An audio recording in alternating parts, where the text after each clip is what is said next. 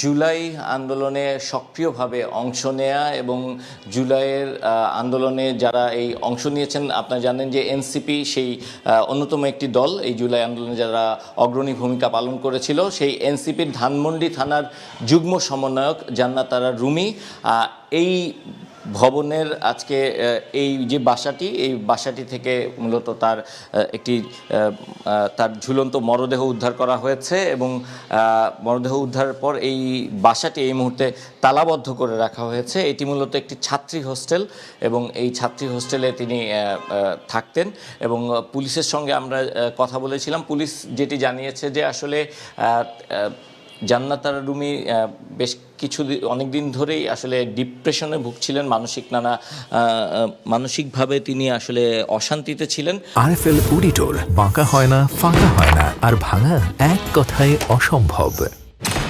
তিনি তার পারিবারিক যে জীবন, সেই পারিবারিক জীবনে তিনি আসলে ব্যক্তিগত জীবন এবং পারিবারিক জীবন নিয়ে তিনি আসলে একটু হতাশাগ্রস্ত ছিলেন এবং তার এর আগে দুইটি বিয়ে হয়েছিল, কিন্তু সেই বিয়ে দুটো আসলে ভেঙে যায় এবং তার ডিভোর্স হয়ে যায় এবং তারপর থেকে তিনি আসলে মানসিকভাবে আরও বেশি ভেঙে পড়েছিলেন এবং এই ঘটনার পরে তিনি সম্প্রতি সময়ে তার একটি রিলেশনে ছিলেন। সেই রিলেশনে থাকা অবস্থায় সেই রিলেশনেও কিছু টানাপোড়েন সৃষ্টি হয় এবং এই টানাপোড়েনের কারণেই তিনি আসলে মানসিকভাবে হতাশাগ্রস্ত ছিলেন।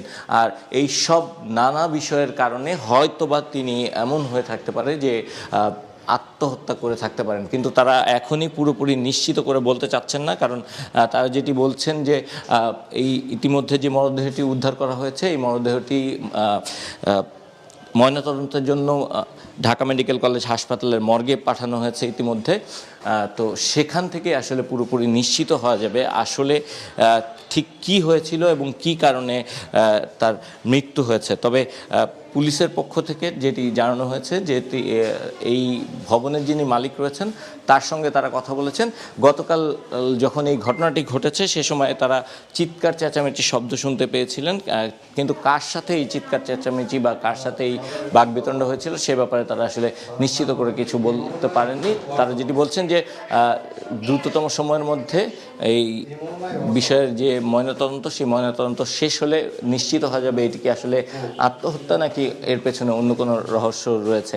এবং আপনারা জানেন যে জান্নাত আরা রুমি এনসিপির সক্রিয় কর্মী ছিলেন এবং তিনি এই ধানমন্ডি থানার যিনি যুগ্ম সমন্বয়ক হিসেবে দায়িত্ব পালন করছিলেন এবং সম্প্রতি সময় ধানমন্ডি 32 নম্বর এলাকায় একজন মহিলার সাথে একটি ঝামেলা হয় এবং সেই ঝামেলা হওয়ার পর থেকে তিনি আরও বেশি আলোচনায় আসেন এবং তার যারা সহকর্মী বা সহপাঠী যারা রয়েছেন তাদের যেটি অভিযোগ যে সেই ঘটনার পর থেকে তাকে নানাভাবে সাইবার স্পেসে নানাভাবে তাকে হুমকি ধামকি দেওয়া হচ্ছিল, নানাভাবে তাকে হয়রানির চেষ্টা করা হচ্ছিল।